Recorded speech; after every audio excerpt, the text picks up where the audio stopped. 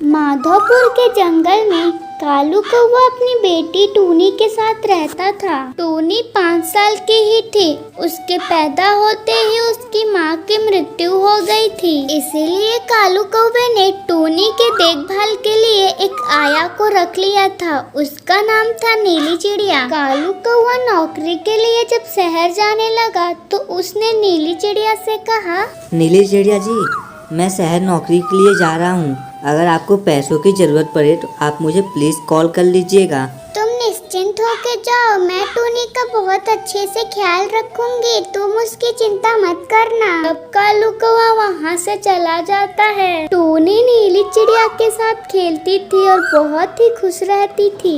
नीली चिड़िया कालू कौवे को रोज फोन लगा के टूनी की दिन भर की बातें उससे बताया करती थी। इस तरह कुछ दिन बीत गए। शहर में कालू कौवा का परिचय एक सुंदरी नाम की कौवी से हुआ। उस कौवी ने एक दिन कालू कौवे से कहा, कालू कौवे जी, मैं आपको बहुत पसंद करती हूँ। ये बात मैं आपको कई दिन से बता नहीं पा रही थी। ये बात सुन के कालू कौवा बोलता है, सुंदरी कौवी, आई एम सॉरी, मैं पहले से ही शादीशुदा हूँ और मेरी एक बेटी भी है। मुझे तुम्हारे बारे में सब पता है कालू कौवे, और मुझे इससे कोई प्रॉब्लम भी नहीं है कालू कौवे। मैं तुम्हारी बेटी की बहुत अच्छे से देखभाल करूंगी, मैं वचन देती हूँ। कालू सोचने लगता है, मेरी बेटी को एक माँ की आवश्यकता है और वैसे भी गोरी कौवी से शादी कर लेने में कोई बुराई भी तो नहीं है। आखिरकार गोरी कौवी मुझे भी पसंद है। कुछ दिनों बाद कालू कौवा सुंदरी कौवी से शादी करके उसे अपने घर ले आता है।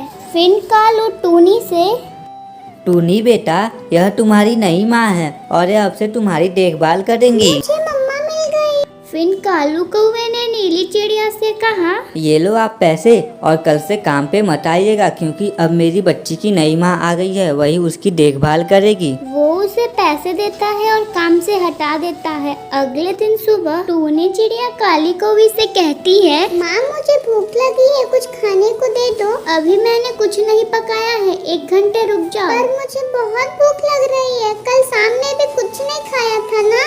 क्या तुम 1 घंटे इंतजार नहीं कर सकती हो? थोड़ा रुक जाओगी तो मर नहीं जाओगी। काली कौवी ने टूनी चिड़िया को बहुत जोर से डांटा और टूनी चिड़िया नीली चिड़िया के घर भाग गई। नीली चिड़िया टूनी को देख के बोली, अरे टूनी बेटी, क्या हुआ? तुम ऐसे भागते भागते मेरे घर पे क्यों आ गई?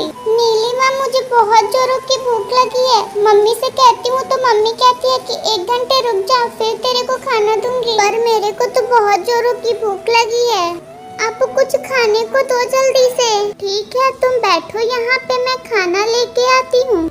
इस बीच वहाँ पे काली कौविया, वो तो बच्ची है, उसे किसी चीज की समझ नहीं, पर तुम तो बड़ी हो ना, उसे समझा के उसे घर भेज देना चाहिए। लेकिन तुम तो उसे बैठा के खाना खिला रही हो। क्या तुम मुझे बुरा बनाने की कोशिश कर रही हो? क्या मेरी बेटी को मुझसे दूर कर दोगी? नीली को बुरा लगा। मेरा ऐसा कोई इरादा नहीं है, यही कारण है कि मैंने टूनी को बचपन से पाला है, इसलिए उसे भूख लगी थी तो मैं उसे खाना खिलाने लगी थी।